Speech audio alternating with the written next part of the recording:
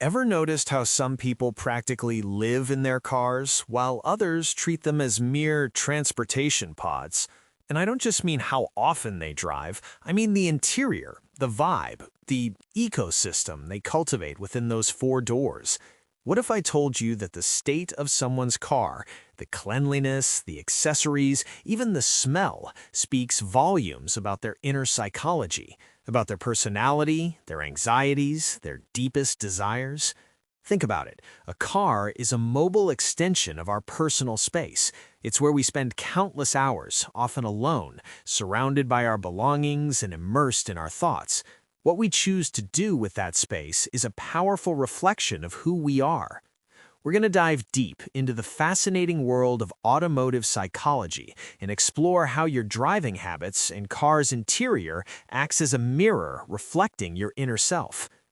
Let's start with the obvious: cleanliness, or in some cases, the lack thereof.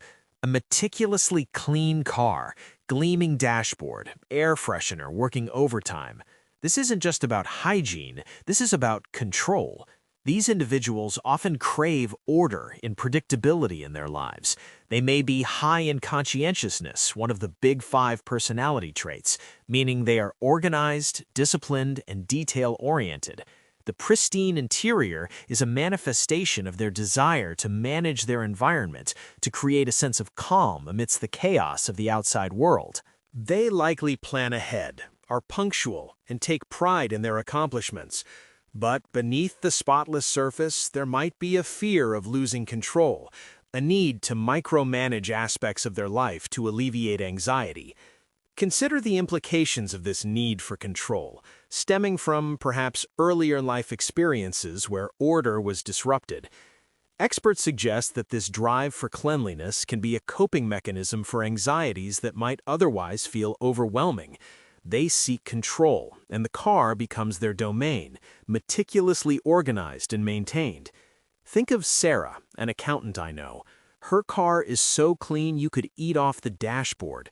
She admits that the act of cleaning and organizing it is therapeutic, a way to combat the stress of her demanding job. For Sarah, and others like her, a clean car is a mobile sanctuary, a testament to their ability to maintain order in a world that often feels chaotic. What's fascinating is how this translates to their professional lives. The same attention to detail likely permeates their work, ensuring accuracy and efficiency.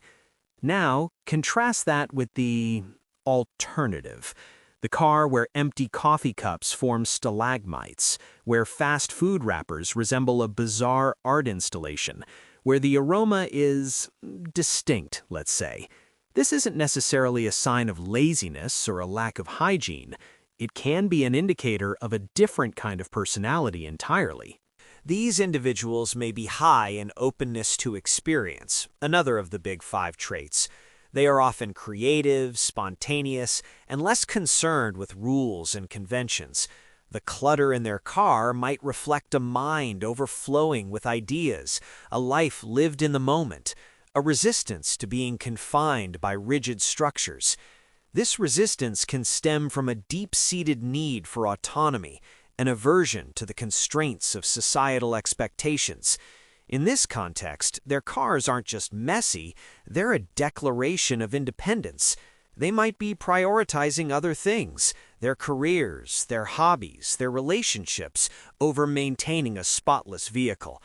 Think of David, a freelance artist I know.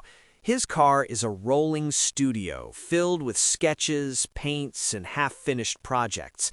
He sees it as an extension of his creative process, a space where inspiration can strike at any moment.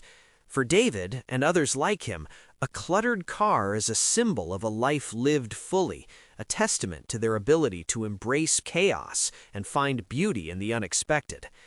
What's interesting here is the societal pressure often placed on orderliness and how these individuals actively reject it.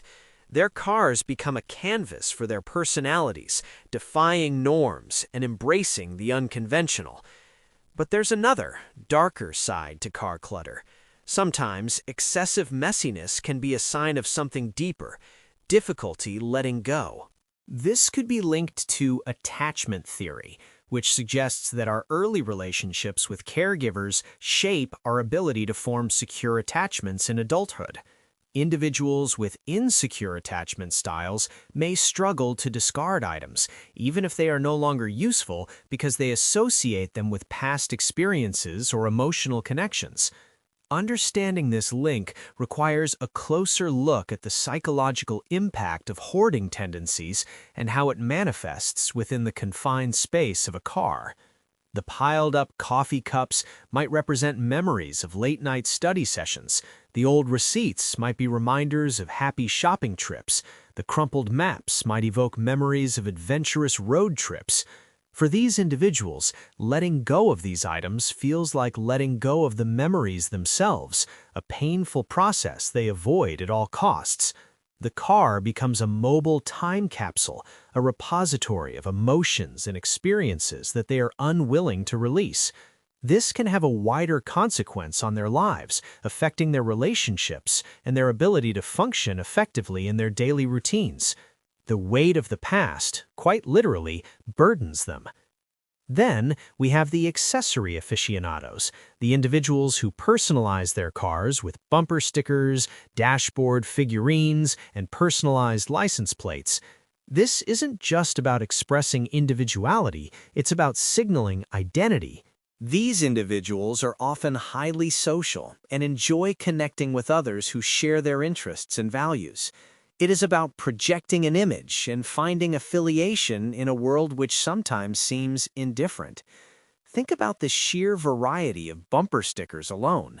Political endorsements, environmental advocacies, expressions of faith, they each provide a peek into the driver's core beliefs and values. The bumper stickers might advertise their political affiliations, their favorite sports teams, or their commitment to social causes. The dashboard figurines might reflect their hobbies, their passions, or their sense of humor. The personalized license plate might be a clever pun or a subtle boast about their accomplishments. These accessories serve as conversation starters, invitations to connect, and declarations of belonging. They are a way of saying, "This is who I am, and this is what I stand for."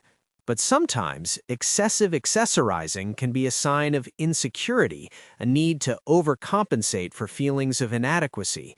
The car becomes a mobile billboard, a desperate attempt to attract attention and validation. There's a fine line between genuine self-expression and a desperate craving for external approval.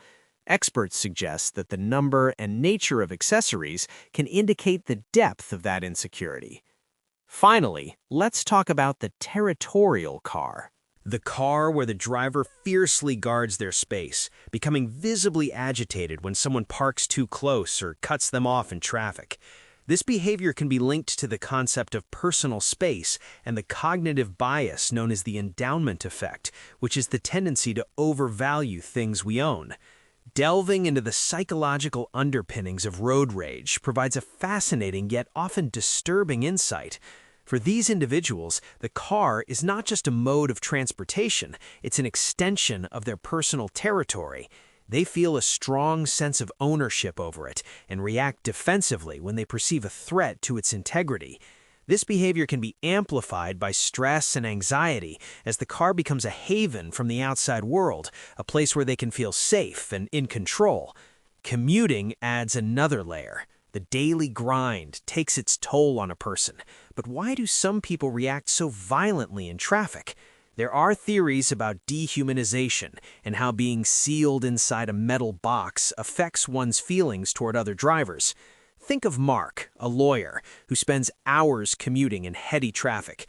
He admits that he becomes incredibly territorial behind the wheel, seeing other drivers as obstacles to his goal of reaching his destination as quickly and efficiently as possible.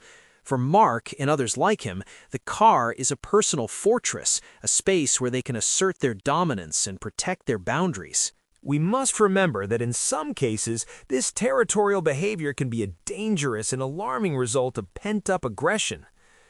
Let's now consider the broader implications of this automotive psychology. Are there cultural differences in how people treat their cars? Absolutely. Studies suggest that in some cultures, cars are seen as status symbols and are meticulously maintained to project an image of success. In others, cars are viewed more pragmatically, simply as tools for transportation. And in still others, the car becomes a family's home away from home and reflects the collective identity of those who live in it.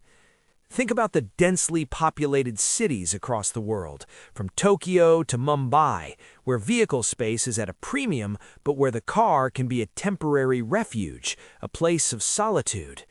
Then there are the differences between genders. Some studies have explored if there are any significant differences in how men and women personalize and maintain their cars, and what these differences say about societal expectations. These are all fascinating areas of inquiry. So, what's the final reveal? The most important insight? It's this. The state of your car is a window into your soul. It's a reflection of your personality, your values, your anxieties, and your deepest desires. It's a mobile manifestation of your inner world. Whether you're a meticulous organizer, a creative free spirit, a nostalgic keeper of memories, or a territorial defender of your space, your car tells a story about who you are. The next time you step into your car, take a moment to observe its interior. What does it say about you? And more importantly, what does it reveal about the person you truly are? Are you the meticulously clean driver seeking order and control, or the cluttered creative embracing chaos? Which one are you? Let me know in the comments below.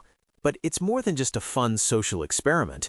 Understanding the psychology of our cars can give us insight into ourselves, and perhaps, by recognizing our behaviors in our vehicles, we can make an effort to change those aspects we find less desirable. The road to self-improvement might just start with a clean car, or perhaps by simply accepting the beautiful chaos of our own rolling space.